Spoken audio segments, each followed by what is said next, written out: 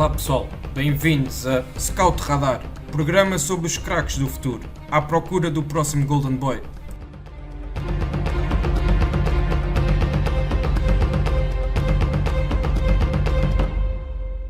Olá a todos, sejam bem-vindos a mais um episódio do Scout Radar, o podcast da ProScout, onde falamos dos talentos do futebol nacional e internacional. Esta semana fazemos uma visita à UEFA Youth League, onde estão presentes os três grandes e que tem sido uma competição que tem proporcionado grandes espetáculos e que tem também proporcionado o desenvolvimento de muitos jovens através de jogos de nível mais elevado daquele que estão habituados a nível nacional. Vamos começar pelo Benfica, que está enquadrado no grupo E, atualmente em primeiro lugar, com 4 jogos, 3 vitórias, diferença de golos positiva de 8. Diogo, eu queria começar por ti e nós selecionámos aqui 3 jogadores do Benfica, aliás, 3 jogadores de cada um dos clubes. E no Benfica, o primeiro que queríamos aqui destacar é o António Silva, defesa central de 18 anos, da geração de 2003, e que já está no Benfica há alguns anos, depois de ter passado também por clubes de formação da zona de Viseu, e que é um jogador que tem sido um dos grandes destaques desta geração do Benfica. Ele atualmente tem dividido o seu tempo entre a equipa de sub-23 e a equipa de júniores. Também já, penso eu, foi convocado para a equipa do Benfica B, para a segunda liga, apesar de ainda não se ter estreado nessa competição. Diogo, sei que através das várias conversas que vamos tendo, sei que és um fã do António Silva, das suas qualidades, portanto também pedia-te então para explicar-nos aqui um bocadinho quem é o António Silva como jogador e o que é que aprecias de ver nas suas características. Olá a todos, desde já agradecer o convite, é sempre um gosto estar a falar de talentos, e neste caso jovens talentos e nacionais. Falando do António Silva, é um central que de facto eu admiro, é um central inteligente, que é seguro, é um jogador que, principalmente no momento defensivo, que é aquilo que penso que devemos primeiro olhar contra a central, é um jogador que tem uma boa leitura de jogo, é muito concentrado e muito disponível em termos coletivos. Não se destaca propriamente por disputar os lances de uma forma muito agressiva, por assim dizer, mas tem um bom sentido posicional e consegue ganhar posição aos avançados. Com bola também é forte, é um jogador que geralmente toma boas decisões, tem um bom nível técnico, uma boa capacidade também tanto de passe interior como de passe longo. E também já demonstrou em bolas paradas ofensivas que, sendo forte no jogo aéreo, pode também ser uma arma importante, não só agora na UEFA Youth League, porque é uma das ambições que o Benfica tem já há alguns anos conquistar esta competição, mas também para o seu futuro como um jogador de futebol sénior. Sim, eu aqui também gostava de perguntar outra coisa, porque infelizmente o Lucas Veríssimo sofreu uma lesão que lhe vai custar o resto da época e tem-se falado inclusivamente na capa de um dos 3 jornais desportivos, salvo erro, no Record, a notícia é que o Tomás Araújo vai subir em definitivo à equipa principal e vai integrar os trabalhos do futebol sénior de alto rendimento do Benfica. Portanto, a minha questão é se achas que o António já estaria preparado para substituir o Tomás em contexto de equipa B, sabendo que também existem outros jovens, como por exemplo o Pedro Álvaro, o Pedro Ganchas, também o Nóbrega. Se achas que o António já teria qualidade para se impor nas outras escolhas que o Benfica B também tem à sua disposição? Assim, primeiro temos que perceber se a integração do Tomás Araújo será efetiva na equipa A ou se estará na mesma a jogar na equipa B. Mas pensando só no sentido do António Silva, eu acho que sim. Acho que ele, apesar de ainda ser júnior, é um dos jogadores de maior destaque nesta geração e é um jogador que podia já ser integrado na equipa B. Tendo em conta que a equipa B também tem outras soluções para o central, como tu ofereces alguns do Nobre ou Ganchas, acho que poderia ainda assim não ter espaço e é sempre preferível estar a jogar no Sub-23, apesar de achar que em termos do nível que ele apresenta já poderia jogar na segunda liga. Miguel, tu também gostarias de acrescentar aqui alguma coisa em relação ao António? Não muito, só que acho que o Benfica tem aqui tanto o António como o Tomás, né? Estes dois em específico jogam juntos na Youth League.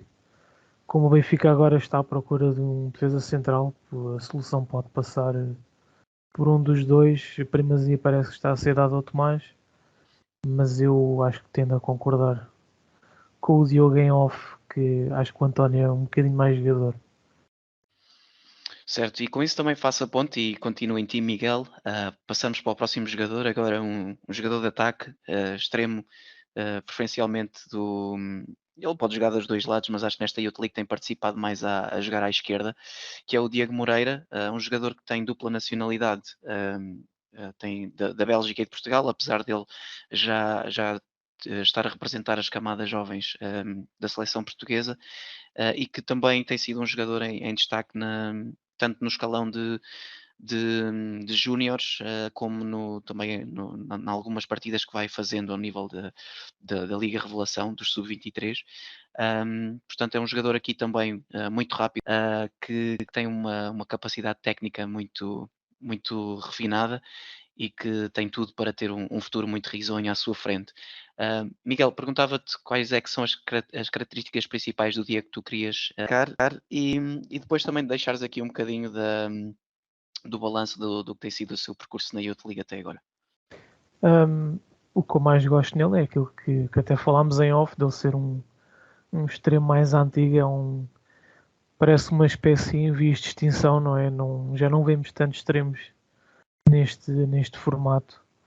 O Diego é um jogador que oferece muita capacidade para esticar o jogo, abre muito bem o jogo, cruza bem, tem uma boa capacidade de passe, também se dá muito ao jogo coletivo, baixa muito para receber bolas, se assim for necessário, e é um jogador também refinado tecnicamente.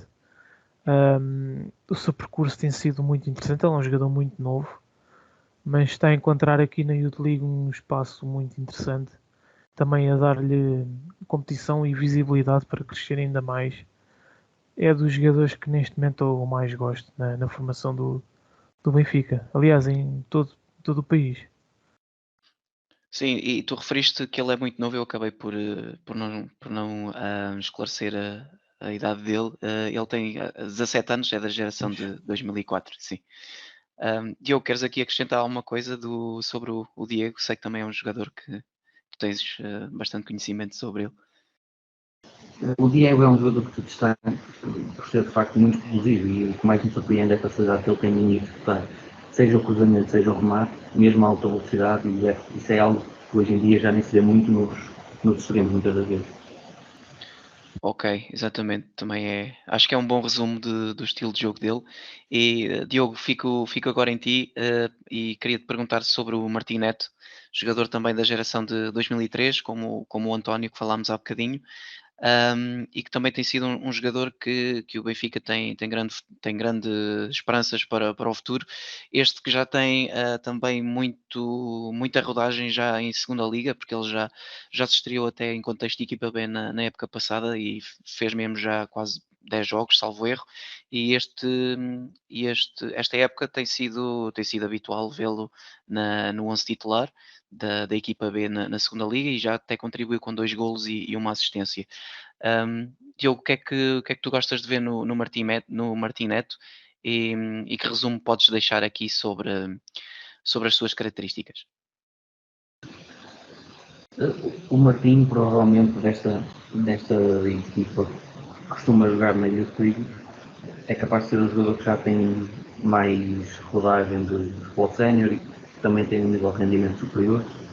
Ele, como disseste, já tem vários jogos na equipa B e é um jogador que também penso que teve facilidade em impor-se no futebol sénior já pela capacidade física que ele também tem, a juntar àquilo que também tem em termos técnicos, porque ele é bom tecnicamente, tem facilidade no transporte de jogo também pela capacidade técnica que tem e claramente a dimensão física que ele tem ajudou a proteger bolas dos adversários, ajudou também a conseguir fazer isto durante todo o jogo e tem um nível de assistência também interessante, tem uma boa capacidade de passe, tem um bom boa capacidade também de finalização e surge muito em zonas de finalização. Ele parece-me que pode ser tanto um 10 como um 8 a jogar mais em zonas de quadro. E parece-me que aquilo que eu conheço do Martinetto já de anos anteriores, parece-me que em termos de intensidade de jogo ele evoluiu e que consegue ser um jogador mais preponderante durante mais tempo do jogo e daí também estar a jogar muito disponível. Sim, sim, e tu falaste também na parte da chegada à zona de finalização, ele nesse aspecto também faz lembrar um bocadinho o Paulo Bernardo, que agora também se acabou de estrear na equipa principal do Benfica. Portanto, também, mesmo em termos de características, acabam por ser jogadores um bocadinho semelhantes. Não sei se tu concordas com isso. Sim, sim, diria que sim. Diria que tanto um como o outro consigo vê-los como o 8 e como o 10. Exatamente, são médios com bastante qualidade para desempenhar essas tarefas e especialmente depois pela chegada à área e também conseguem contribuir com golos, o que para um médio nem sempre é muito fácil. Então chegamos então aqui ao fim da parte do Benfica. Falamos aqui dos três jogadores que queríamos aqui destacar. Vamos agora passar para o Sporting, que está no grupo. Tenho aqui que consultar as minhas notas.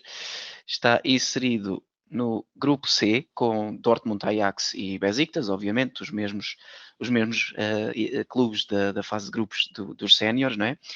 O Sporting está em terceiro lugar do grupo, com uma vitória, 2 empates e uma derrota, 5 golos marcados, 4 golos sofridos, portanto uma diferença de golos positiva de 1. E com 5 pontos, portanto ainda é perfeitamente possível que consiga atingir o patamar seguinte da Youth League, só está 2 pontos atrás do Ajax e do Dortmund, que estão empatados os dois em primeiro lugar, e que também tem tido exibições interessantes, especialmente contra o Besiktas. As exibições do Sporting foram francamente boas, apesar do resultado em casa não ter sido o pretendido. Miguel, eu agora queria começar em ti e queria que me falasses aqui um bocadinho do Diogo Travassos, um jogador de 17 anos da geração de 2004.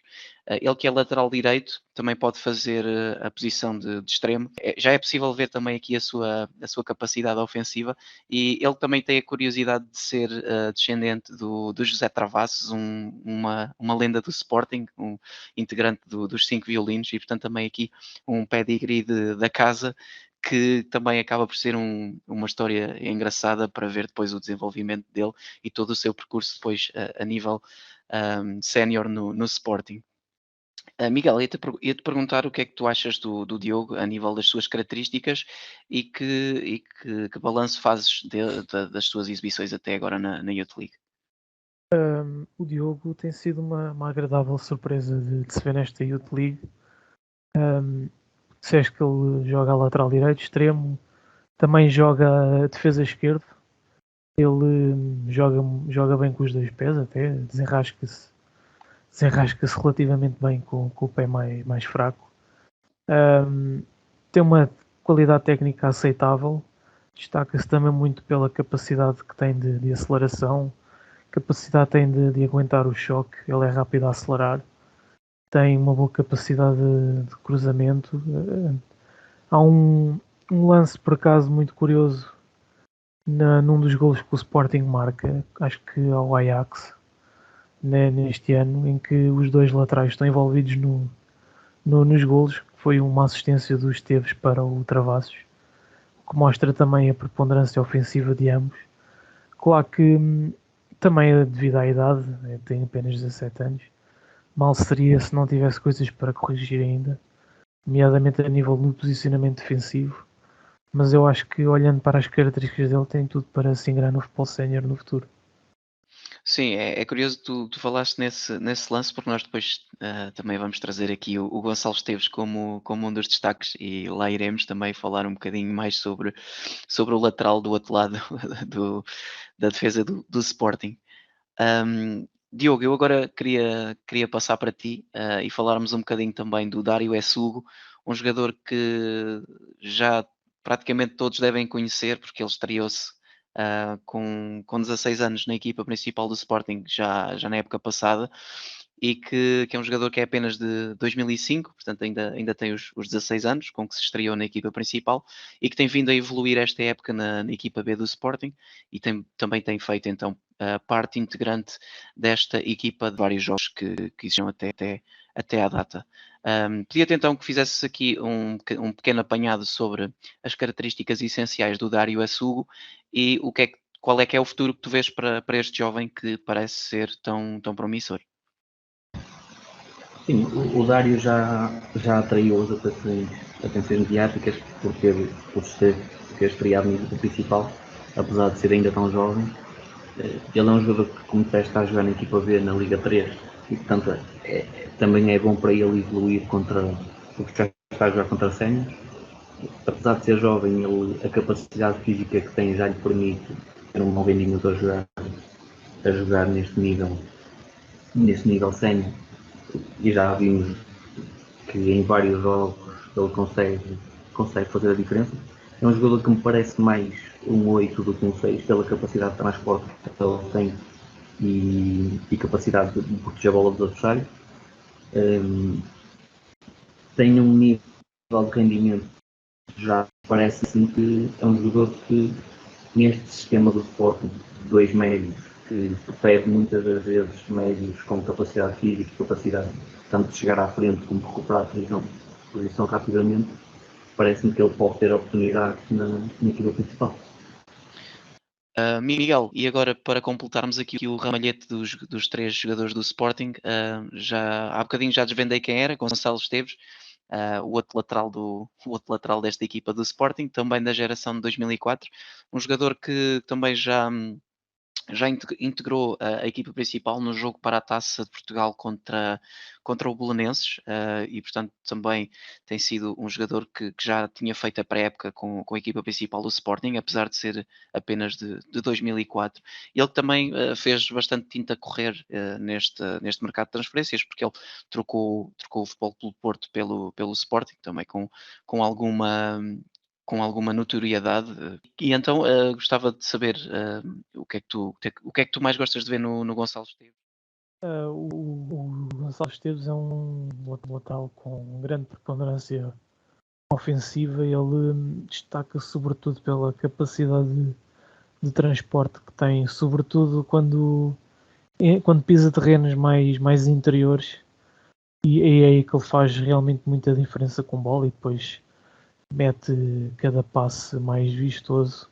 É um miúdo com imensa qualidade com bola, tem algumas lacunas a nível defensivo, como é natural, também aliado à forma como joga, e o Rubén Amorim muito bem em colocá-lo a aula numa defesa a 3, o que esconde e protege um pouco estas debilidades.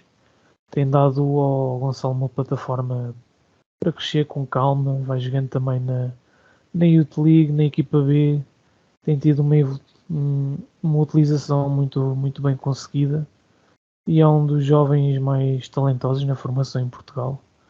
Acho que o Porto vai chorar um pouco esta perda. Sim, e acaba por ser também eu queria agora pegar aqui num ponto para o Diogo, porque acaba por ser inevitável não fazermos aqui a comparação com o irmão, com o Tomás. E Diogo, queria te perguntar se poderias deixar aqui mais ou menos as diferenças entre os dois jogadores a nível de estilo de jogo. E parece-me que ambos têm em comum a posição, tanto ao direito. Parece-me que ambos são também mais competentes a atacar do que a defender. Vejo mais potencial no Gonçalo pelas características que ele tem, tanto em termos físicos como de agressividade, concentração no jogo. Parece-me que tem ainda margem para evoluir do ponto de vista defensivo, ele tem ainda alguma debilidade, mas vejo que o Gonçalo no futuro poderá ser um lateral mais equilibrado do que aquilo que é hoje, e penso que vai ser um jogador para o nível da equipa do Sporting. Sim, sem dúvida. Vai ser sempre interessante ver e acompanhar a carreira dos dois, porque quer queiramos, quer não, haverão sempre comparações entre os dois. Diogo, agora continuando com a tua opinião, mas passando agora para o Futebol Clube do Porto, que está também aqui no grupo B, em primeiro lugar com 10 pontos, à frente de Liverpool com 7, Atlético com 4 e o Milan com apenas 1 ponto. O Porto então conta com 3 vitórias, 1 empate, 7 golos marcados e 3 sofridos, e que tem tido então também aqui uma prestação bastante confortável e que tem a faca e o queijo na mão para passar à próxima fase da Youth League. E começando então, talvez pelo grande destaque desta equipa do Porto, é o Úmaro Kandé, um jogador que é natural da Guiné-Bissau, é da geração de 2004, portanto ainda não fez os 17, tem 16 anos ainda, e que tem sido um jogador que tem sido dos mais perigosos a nível ofensivo, talvez mesmo de todas as equipas da Youth League. Ele tem criado mesmo muitas oportunidades e aparecido muito bem nas zonas de finalização. Diogo, então, o que é que nos podes falar aqui do Úmaro?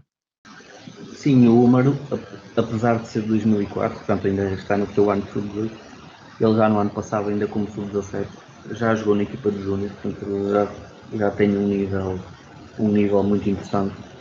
É um jogador tecnicamente evoluído, é muito irreverente num contra um, e a forma como ele define no último terço é muito imprevisível e cria muita dificuldade a quem o marca. Apesar de ser estatura baixa, ele é muito ágil, tem uma aceleração muito forte e consegue facilmente no contra um tirar os adversários da frente. Tem feito gols também, ele não tem sido só esta época, ele em todas as épocas, em todos os escalões, tem um número muito assinalável de gols. E como disseste, é um jogador que nesta equipa do Porto é um destaque por aquilo que dá ofensivamente, e é um jogador que nesse sentido me parece não só um destaque na equipa do Porto, mas em toda a competição. Exatamente, realmente tem sido uma das grandes figuras desta edição da Youth League. Miguel, alguma frase também aqui sobre o Úmaro Kandé que queiras deixar? Sim, é um dos jogadores mais impressionantes de toda a Youth League, na minha opinião. Tem uns pormenores deliciosos, a forma como tem uma percepção espacial muito boa, a forma como consegue receber de forma a orientar-se logo para progredir com bola de forma perigosa. A forma como também muda rapidamente de direção é desconcertante para qualquer jogador que o marque. Sim, é sem dúvida um jovem a terem atenção e talvez esta época ainda não, mas se calhar na próxima época até já o poderemos ver em contexto de equipa B, talvez, porque parece ser um jogador que vai ter rendimento a escalões onde chegar. Miguel, agora avançando mais um jogador, vamos ao David Vinhas, a defesa central do Porto, um jogador que quem também vem acompanhando os vários escalões de formação, as várias gerações, já certamente não deverá ser desconhecido, porque ele é um jogador que tem sido falado também como um dos mais promissores desta geração de 2003. O que é que queres aqui deixar sobre as suas características? Sim, o Vinhas é um central que, primeiro, sem bola, é um jogador também que se impõe muito bem fisicamente aos seus adversários. É muito difícil batê-lo num para um pela sua capacidade física, não é propriamente muito rápido, mas tem também uma capacidade posicional muito boa. Com bola não tende a não inventar muito, joga simples, rápido também, mesmo sob pressão consegue decidir bem. Tem, claro, alguns aspectos para melhorar, poderia ser um pouco mais agressivo a disputar os lances por vezes. Dentro da grande área, acho que às vezes tem umas paragens que deixam um pouco a desejar, mas ele é muito novo. Tem mais do que tempo para corrigir isso. Sim, e falámos aqui de dois centrais, falámos há bocadinho do António Silva e agora do Vinhas, poderão ser jogadores para se calhar até chegar mesmo a patamares muito elevados no futebol nacional e até para a seleção A, podem chegar a fazer dupla de centrais da seleção A dentro de alguns anos. Não sei se vocês concordam com esta afirmação, se veem esse potencial todo neles. Talvez ele tanto o Vinhas como o António, o próprio Tomás, são miúdos com muita qualidade. Diogo, queres deixar algum comentário sobre isso? Sim, eu vejo tanto no António como no Vinhas margem para poderem lá chegar. Mas não, acredito que sim, e até acho que se podem complementar. Porque Sim, aquilo que exatamente. o Vinhas dá do ponto de vista defensivo, o António acho que dá mais do ponto de vista ofensivo, mas acho que são dois jogadores interessantes. Sim. Poderia ser uma dupla interessante para terem atenção nos próximos anos a nível de seleção A. Para terminar, trazemos então Jorge Meireles, jogador também do Porto. Ele pode fazer várias posições no ataque, ele pode ser médio ofensivo, pode ser também inclusivamente avançado, mais móvel, digamos assim. Ele que também tem esta época já um registro bastante interessante em termos de contribuições para golo. Ele na época inteira já leva 7 golos e uma assistência a nível de júniores A, portanto o Porto não tem equipa de sub-23 e também ainda não chegou à equipa B. Ele é mais um da geração de 2004, foram vários os que trouxemos aqui hoje, portanto também aqui a prova de que esta é uma geração de muita qualidade a nível nacional. E portanto, Diogo, perguntava-te aqui como nota final o que é que gostarias de deixar sobre o Jorge Meireles? O Jorge Meireles, provavelmente estes três é o jogador que diria que é o menos conhecido, pelo menos até agora. É um jogador que, como disseste, pode fazer várias posições. Ele tem jogado na Youth League como ponta de lança, mas é um jogador móvel. É um jogador que também já jogou como extremo, também pode ser meio ofensivo. É um jogador que é alto e que tecnicamente é evoluído. Tem pormenores até muito, diria até intuitivo na forma como volta, como se orienta para os gols. Tem-se destacado pelos gols, tanto no sub-19 como na Youth League. É um jogador que se destaca pelos gols. Eu diria que ele até é mais destaque na forma como serve os colegas, apesar de ser ponta de lança. E acho que é um jogador que, sendo um dos mais novos desta equipa, parece-me que é do que tem mais margem de progressão. Ok, chegámos então ao fim dos vários jogadores que queríamos apresentar aqui hoje. Foram 9 destaques, 3 por equipa. Podiam ser estes 3, podiam ser outros 3 que não acabámos por não referir por uma razão ou outra, mas são 3 equipas com muita qualidade e jovens com grande potencial. Que têm feito boas campanhas também nesta edição da Youth League. Como nota final, Miguel, queres deixar algum nome para além destes que falámos, mesmo que não seja quer do Benfica, Sporting ou Porto? Não posso deixar o nome do Nedor, que é um jogador que neste momento está com algum hype entre os adeptos. É um jogador que já está nas bocas de toda a gente. É um jogador que certamente que sim, claro, vale a pena seguir. Acabamos por dar primazia aos portugueses, mas ele é um talento muito bom. Sim, inclusivamente já conseguiu bater um recorde cá em Portugal. Ele é o jogador mais novo de sempre a marcar na segunda liga. Ele é outro que é apenas de 2004 e que também já se estreou a marcar na equipa B do Benfica, tendo então batido o recorde de jogador mais novo a marcar, que acho que, salvo erro, pertencia ao João Félix. Diogo, e do teu lado, queres deixar algum nome que não referimos? Eu vou destacar um que mais do que eu já, por exemplo, ele já jogou pelo Sporting nesta Youth League, salvo ele apenas com a ambição de jogar a partir do banco, que é o Rodrigo Ribeiro, que é um jogador que me surpreendeu em termos de treino e que deu muito principalmente. E é um jogador que, pela capacidade técnica que tem e também pela dimensão física, parece que é um jogador que se vai afirmar no futuro. Sim, esse é de 2005, portanto ainda mais novinho, jogador que ainda é juvenil, portanto também uma boa indicação aqui do lado do Diogo. Chegamos então ao fim do episódio. Queria agradecer-vos aos dois por terem tido a disponibilidade de ter aqui participado e dado aqui um contributo muito valioso para percebermos um bocadinho melhor as características destes jogadores que acabamos por listar hoje. E portanto também me queria despedir de vocês com um abraço e um abraço para quem nos ouviu até ao fim.